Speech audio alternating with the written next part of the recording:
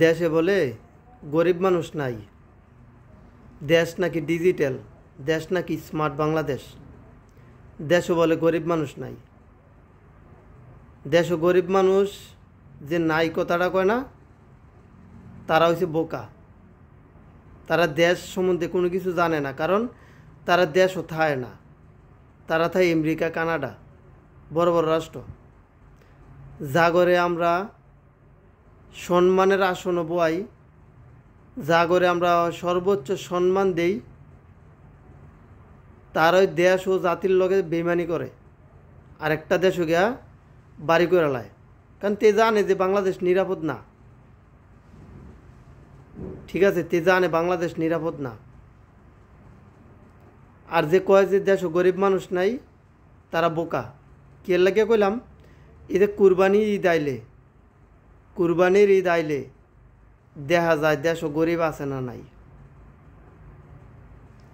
একটা কুরবানি ঈদ আইলে দেখা যায় দেশও গরিব আছে না নাই।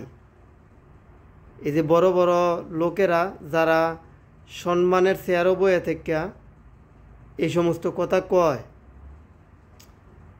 তারা তো বছরের ৮-৯ মাস কাটায় তাকে নতুন দেশের নতুন বাড়িত।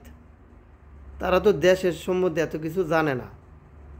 ওই তারা আইয়ে তা করে ভিআইপি মর্যাদা দেয়, তো তারা মনে করে সবাই ভিআইপি। সবাই ভিআইপি না ভাই। দেশে গরিব মানুষ আছে। যদি এটা মানতেও স্বীকার যান, তাহলে কুরবানিদের সময় খবরের সবগুলা চ্যানেল দেখবেন। টিভি চ্যানেল যে কটা আছে না বাংলাদেশ, সবগুলা চ্যানেল দেখবেন। তাইলে আসলে দেখবেন দেশও গরিব আছে না নাই।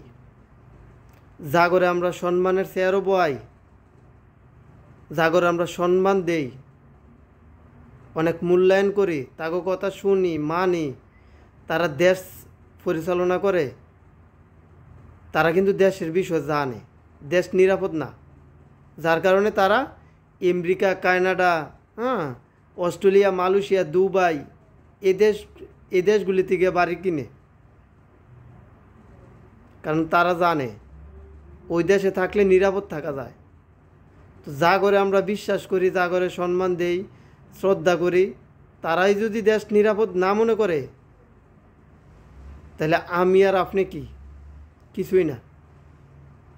বাংলাদেশের অবস্থা আর অনেক খারাপ হইব আগামীতে, এটা দেখার অপেক্ষায় বাঙালি। যে দেশের আইনের কথা কয়ে লাভ নেই, বাংলাদেশ এরকমই চলবে, এটাই স্বাভাবিক।